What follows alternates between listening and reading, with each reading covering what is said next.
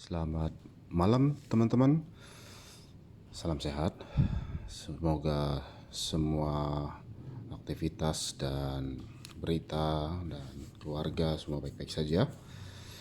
Baik, kali ini ingin unboxing dan share tentang sedikit nostalgic dan sesuatu yang appeal gitu ya, yaitu jam G-Shock. Oke, ini baru, mari kita unboxing bareng-bareng. Ini resmi ya. Ini tipenya yang DW9052 1 VDR dari Gilang Agung Persada. Oke, kita geser aja langsung. Ada apa di dalamnya? Oke. Terus nice. Wow, it's beautiful. Beautiful. Look at that. Oke. Ada plastik. Kita buka dulu.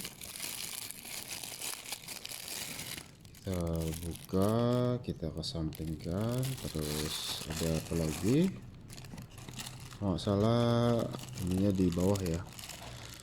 Di bawah. Oke. Nah, ini dia. Dan ada paper. Oke, kita kesampingkan dulu teman-teman. Ini semua plastik. Oke. Saja. Manual book. Terus apa lagi?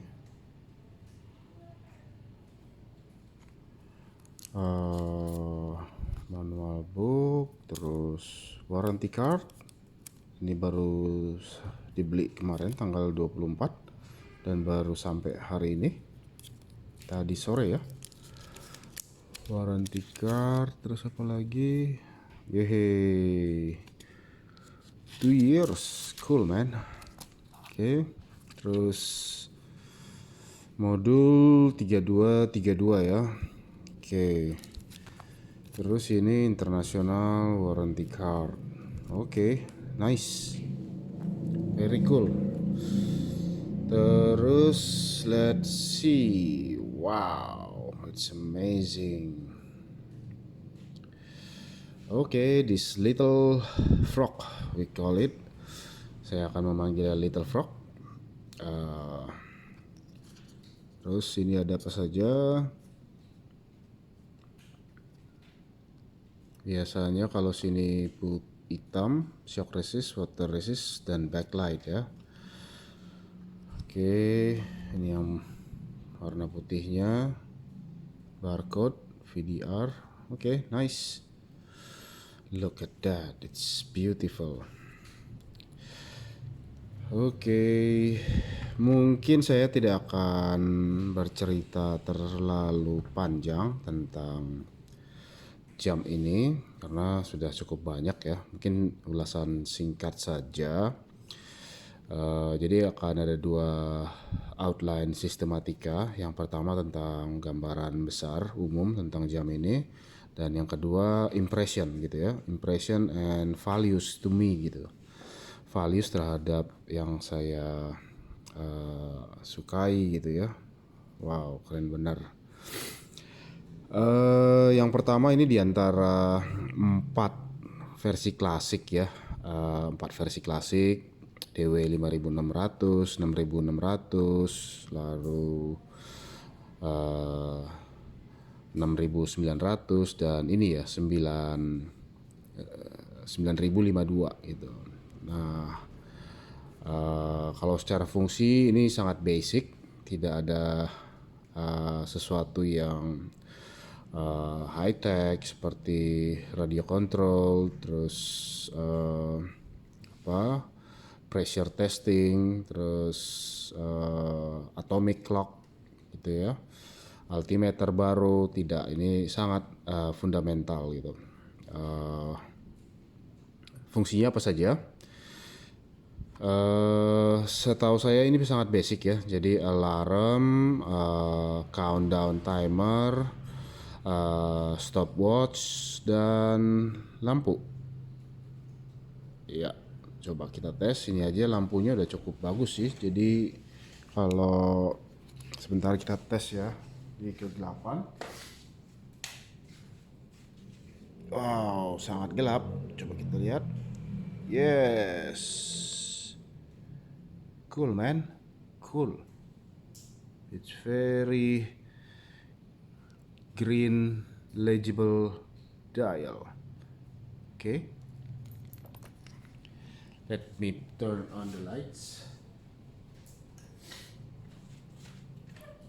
Oke. Secara dimensi ini look to look diameternya diameter dial ini 42,75 hampir 43 mm. Terus look widthnya 16 mm yang dalam, yang luarnya ini sampai 22 kayaknya. Ini mengecil di 20 di sini ya. Terus look to look nampaknya ini 49 ya. Masih di bawah 50 mm. Jadi masih oke lah ya. Dan ini ya ini original lah ya. Karena ya letteringnya very smooth. Terus ya kita juga udah ada paper ya, jadi no worries lah.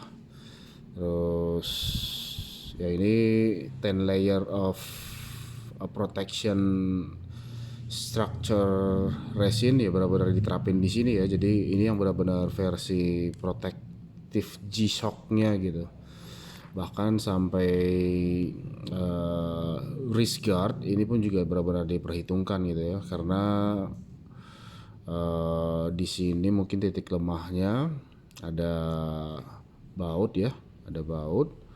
Terus kalau mungkin orang yang alergi kalau kena sini dia nggak nyaman gitu ya, sehingga di cover dengan ini. Dan ini resin juga, sehingga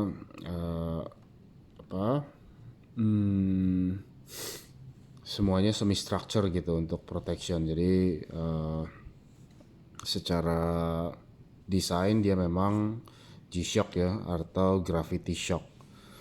Oke, fungsi-fungsi tadi kita sudah cerita. Mungkin nggak akan saya coba di sini. Nanti ya, mungkin tahap keduanya. Terus yang kedua mengenai dial. Dial ini, nah ini kan digital quartz ya. Digital quartz ya, jelas ya, ada 2 layers, yang atas tanggal dan bawah waktu. Dan di sini juga kita bisa lihat yang 1 bar dan yang ini incremental detik sampai 10 per detiknya. Terus kalau sudah dia selesai per 10 detik, dia yang ini akan tertutup, yang oval lingkaran ini ya. Nah, seperti itu dia akan tertutup. Ada yang bilang ini chronograph versi digital, ya make sense. Kalau menghitung detik dan per 10, 20, 30, 40, 50 ya itu chronograph. Tapi ada juga yang bilang vector display. Vector display karena esensinya sebenarnya chronograph, tapi dia bahasanya karena layoutnya seperti ini, vector display gitu ya, ke kanan gitu, bar dan lingkaran atau oval.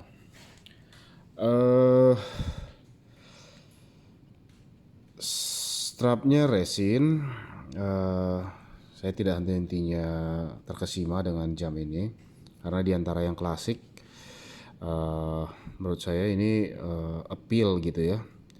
Jadi ya mungkin ini lebih ke personal ya, eh, personal di mana dulu ketika saya baru selesai kuliah, eh, awal-awal 2003 lah ya, 2001 saya selesai kuliah, dan mungkin di antara gaji yang awal-awal saya nabung, saya itu beli yang DW 9.000 gitu. Eh, Jam sama persis seperti ini. Kenapa saya kembali ke sini lagi? Karena ya eh, aspek toughness dan nostalgianya gitu ya. Nggak pusing gitu. eh Saat itu saya baru beli, saya suka benar dengan sebenarnya waktu itu pertimbangannya ya sama juga, 6.600, 6.900 dan DW 9.000, tapi karena yang paling murah waktu itu DW 9.000. DW 9.000 saat itu ya baru-baru muncul ya, mungkin tahun 97 dia baru 95, 96, 97 lah baru muncul. Sementara yang lain kakak-kakaknya udah lebih dulu gitu ya. Saya ingat itu di pertengahan 90-an ya, saya sempat lihat dan pengennya sih sebenarnya yang DW 5.600 gitu. Dan kebetulan ketika saya sudah punya yang DW 9.000, kemudian ada yang model baru yaitu GWM 5.600 Tough Solar. Itu yang 5.600 ya, yang rektangular, yang kotak gitu. Dan kebetulan harganya waktu itu sangat apa ya, ya boleh dibilang hemat lah, ekonomis dan bisa saya jangkau saat itu, meskipun itu sesuatu yang baru juga, teknologi solar pada era itu gitu. Eh, nah jadi alhasil saya beli yang GWM 5.600. Sementara saya memakai itu dalam kira-kira mungkin 2007 ya saya jual. Itu pun juga sebenarnya teman yang beli itu. Nah, jadi saya terus kembali pikiran saya kepada DW 9.000. DW 9.000 itu sama, dimensinya seperti ini, desainnya sama, hanya dia beda sedikit warna lah ya.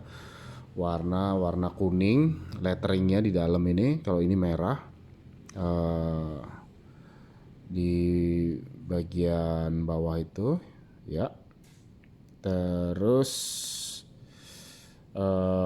nah yang saya ingat, rivetnya ini 4 rivetnya itu warna hitam. Kalau ini udah warna putih kayak seakan-akan jadi teringat yang jam fancy gitu ya, Audemars Piguet yang ada bolt-boltnya. Tapi ini bagus, nice contrast gitu ya. Eh, jadi itu yang mendasari ya, sesudah 2007 saya nggak pernah punya G-Shock lagi, lebih ke analog gitu ya, ke analog. Dan itu pun yang semuanya yang praktis-praktis gitu ya, nggak ingin praktis. Dan kronometer itu standar acuan gitu ya, jadi engine yang proper dan dekat dengan standar kronometer, nah itu pasti saya perhatikan gitu ya. Eh, jadi teman-teman, kenapa saya menyebutnya Little Frog? Sebenarnya saya udah nggak kepikir lah ya, dan nggak ingin punya ini gitu. Cuman ketika ya kebetulan di bidang bencana ada teman-teman SAR, Search and Rescue, terus ada juga dari bantuan negara-negara lain, dan ini apa LSM atau NGO dari negara asing gitu ya. Nah, ya sesudah kita berkoordinasi, komunikasi dan non teknis, free time gitu, ya saya ternyata baru mudeng gitu bahwa DW 9.000 ternyata masih dipakai sama mereka gitu. Semakin membara lah gitu ya DW 9.000. Keinginan itu saya tahu udah out of production. Dan yang kepikiran sama saya justru mencari yang G 9.000 yang Madman, cuman kok kayaknya udah different konsep dan terlalu ini ya, terlalu monster gitu, terlalu ini apa, ya preferensi orang berbeda-beda ya. Saya masih keingat G-Shock itu ya 5.600, 6.600, 6.900 ini dan G 2.900 lah ya yang untuk diver juga gitu. Jadi setelah saya melihat yaitu kejadian di Palu ya 2019, ya udah cukup lama sih. eh, Pengen gitu apa, kayak semacam memori itu kembali yang awal-awal dulu baru selesai kuliah gitu ya. Jadi ingin ingin apa, eh, karena kalau di bidang apa penyelamatan dan pertolongan itu ya sebenarnya ada protap lah ya, ada protap. eh Satu pakai yang digital, satu yang matic. Nggak di spesifikasi apa, tapi kalau yang dari teman-teman internasional standar-standar mereka, yaitu ada yang G-Shock, Sunto, terus eh ya tergantung juga ya, ada yang analog dan digital gitu. Meskipun itu quartz, tapi Matic itu sebagai backup gitu, just in case baterainya lupa diganti, terus ada masalah apa, silikon yang sudah getas gitu ya, dan ingress water. Jadi Matic dijadikan sebagai backup cadangan gitu karena ya terkadang kalau sekarang kontekstual ya, kontekstual perubahan temperatur yang tinggi itu bisa terjadi, perubahan temperatur yang tinggi. eh, dan ini by the way, menyalakan lampu ini kritikal, jadi penting sekali gitu ya, terutama bagi jam-jam digital seperti ini untuk di laut untuk penyelamatan dan pertolongan ya. Sebenarnya untuk di snorkeling atau kolam renang pun juga kita perlu mengetahui berapa lama waktu gitu ya, berapa lama kita harus mengorganize gitu ya. Nah jadi ya sebenarnya kalau untuk uh, ya ini within your own risk ya. Kalau yang modern sih mereka bilang di 30-50 meter nggak masalah, tapi kalau dulu yang 100 meter pun nggak ada warning gitu. Cuman sekarang mungkin beda-beda standar spesifikasi. Jadi katanya harus yang di atas 100 meter yang bisa menekan push button pada saat kita berada dalam air gitu. Tapi menurut pengalaman saya jam ini meskipun digital semuanya itu saya pikir arsitektur atau engineer, eh, ya kan kita paham ya maksudnya quality control dan riset. Tentu Casio tim riset yang di Jepang sana sangat menjaga kualitas gitu ya, sangat menjaga kualitas. Jadi ini kan made in Thailand ya, made in Thailand. Sehingga quality control di Thailand pun juga itu sama seperti yang ada di Jepang gitu. Saya cukup yakin itu karena kalau quality production itu pasti ini mereka equal gitu ya. Mereka nggak akan letting their credibility and the consumer itu false. Jadi saya cukup yakin kalau untuk keperluan mencet button untuk di kolam renang atau di snorkeling itu nggak ada masalah gitu ya, di dalam air gitu. Kecuali mungkin memang o-ring atau gasketnya itu ada yang udah di atas 7 tahun, nah itu mungkin harus diganti kali ya. Jadi itu penting karena kalau kita berenang ya mengorganize waktu itu penting gitu. Lagi-lagi fungsi utama dari jam adalah untuk kita mengatur waktu dengan baik. Jadi ini alat atau instrumen, tapi sebenarnya kuncinya di situ gitu ya. Oke, balik ke yang tadi. Jadi ketika teman-teman di kebencanaan dan rescue itu berkumpul, eh, saya dapati itu ada Casio Marine Royale dari Prancis, dan dia pakai D9000 dan US standar US Navy. Dia juga pakai yang ini justru DW 9052 gitu ya. Bahkan sampai tahun 2022 masih dipakai. Kalau di Prancis hanya 97, 98, 99, sesudah itu diganti oleh Timex ya awal-awal 2000. Tapi ya it's a proud, itu yang membuat kembali ya saya ingin punya apa instrumen berenang atau on the field gitu ya, yang simple-simple aja seperti ini, sehingga bisa efektif gitu. Nah, yang ingin saya share, perbedaan antara DW9000 dan DW9052 ini hanyalah modul, teman-teman. Kalau yang lama itu pakai D1629, sementara yang baru ini 3232 gitu ya. Apa sih perbedaannya? Perbedaannya sangat simpel, teman-teman. Jadi yang modul lama DW9000 itu 1629 itu hanya kalender dan expiration date gitu.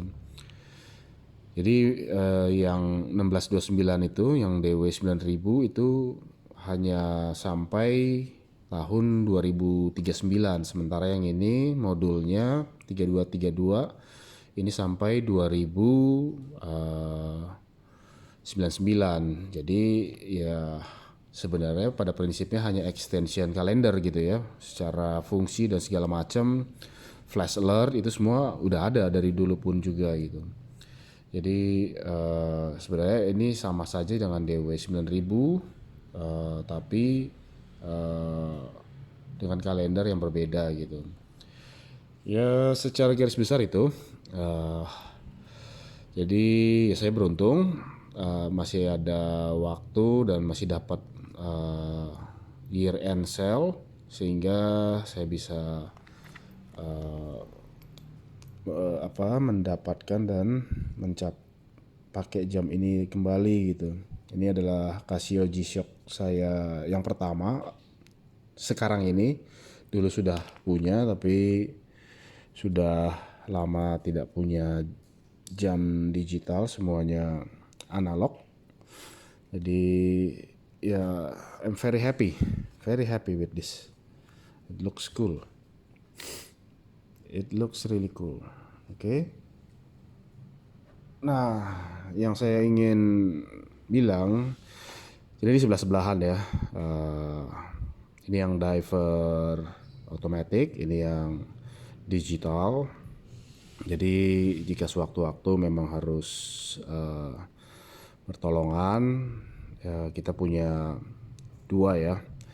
Dan saya cenderung biasanya bawa 2 jam, satu yang dipakai untuk backup, satu yang dipakai untuk